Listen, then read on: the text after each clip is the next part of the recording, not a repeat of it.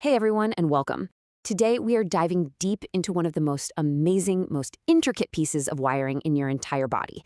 This is the hidden network that lets you do everything from writing your name to throwing a ball to giving a high five.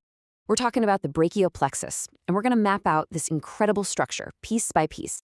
But first, just think about this for a second. You decide I'm going to high five my friend. Your brain fires off a signal, and in less than a second, your whole arm raises up, your hand opens, and you make contact. So what's happening in that tiny gap between the thought and the action? How does that electrical spark navigate the incredible journey from your neck all the way down to your fingertips? Well, the answer is this amazing piece of biological engineering, the brachial plexus. You can think of it as the master controller, the absolute superhighway that carries every single command for movement and every bit of sensory information to your entire arm, hand, and shoulder.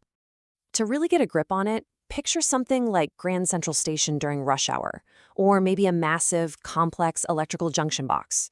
Every single signal that's headed for your arm has to pass through this hub, get sorted, routed, and then sent down the exact right track to get to its final destination.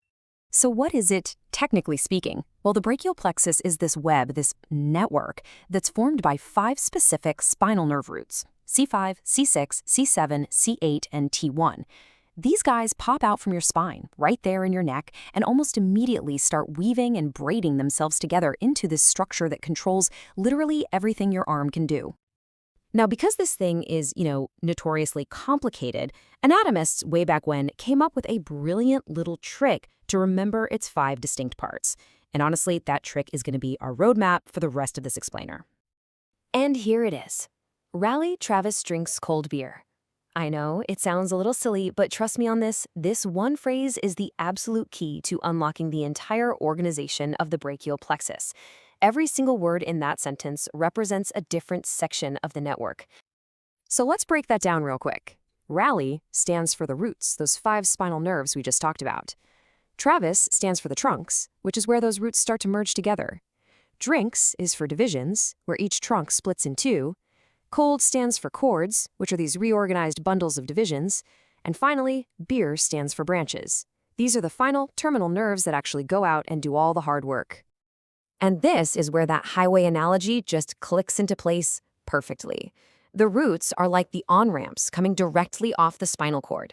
They merge into 3 main highways called the trunks. Each of those highways then splits into different lanes, the divisions, which are headed for either the front or the back of your arm. These lanes then get regrouped and organized into chords, and finally, those chords give rise to the branches, the local roads that lead to every single muscle and patch of skin. Okay, so now that we've kind of mapped out the entire highway system, from the on-ramps all the way to the organized traffic lanes, let's talk about the final destinations. These are the 5 major terminal nerves, the local roads that are really the stars of the show when it comes to actually making your arm work. And this table just lays it all out beautifully. You've got the musculocutaneous nerve, that's for flexing your bicep. The axillary nerve helps you lift your arm out to the side. The radial nerve is for extending your wrist, like telling someone to stop. The median nerve is your power nerve for making a fist and grabbing stuff. And the ulnar nerve, that's for all the fine, delicate little movements in your hand. Each one has a very specific job, and as you can see, a very clear sign when something goes wrong.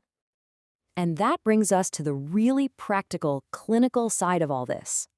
What actually happens when this superhighway gets damaged? You see, an injury anywhere along this ridiculously complex path can have really specific and often really dramatic consequences. A classic example is something called Herb Duchesne's palsy. This happens when there's an injury to the upper part of the plexus, specifically the C5 and C6 roots. It often happens during a difficult childbirth or from a nasty fall onto the shoulder. The result is this very characteristic waiter's tip posture, where the arm just hangs limp by the person's side, turned inward, and it can't function the way it's supposed to. But it's not just the big name nerves at the end of the line that are important. There's an early branch that comes right off the roots, called the long thoracic nerve. It has one single but absolutely critical job. It powers a muscle called the serratus anterior, which basically acts like glue, holding your shoulder blade flat against your rib cage. So what happens if that one nerve gets damaged? Well, you get this incredible condition called a winged scapula. When someone with this injury pushes against a wall, their shoulder blade literally pops out from their back, looking just like a wing, because that serratus anterior muscle isn't there to hold it down. It is a perfect, striking example of how one tiny wire failing can cause a major and very visible problem. All right, let's jump back to one of our major terminal branches, the radial nerve. Now remember, its main job is to power all the extensor muscles, the ones that lift your wrist and fingers up like you're signaling someone to stop. So it shouldn't be a huge surprise then, right? If you injure the radial nerve, you get a condition known as wrist drop. It's exactly what it sounds like. The extensor muscles are basically paralyzed, and the wrist just hangs there, completely limp. The person literally cannot lift it up on their own. It's a direct textbook sign of a problem on that specific local road. Okay, next up is the median nerve. Now, this nerve is an absolute powerhouse for your hand, but one of its most critical, most uniquely human functions is controlling the muscles that let you bring your thumb across your palm to touch your other fingers. That move is called opposition, and it's key to our ability to grip things. So when the median nerve is severely damaged, you lose that amazing ability. The thumb kind of falls back in line with the other fingers, and that big, chunky muscle at the base of your thumb just wastes away. This is known as an ape hand deformation, because the hand loses that special ability to powerfully grasp and manipulate objects. So from a simple, silly mnemonic, we've managed to map out an entire superhighway of nerves that literally brings our arms to life. The brachial plexus is just a masterpiece of biological engineering.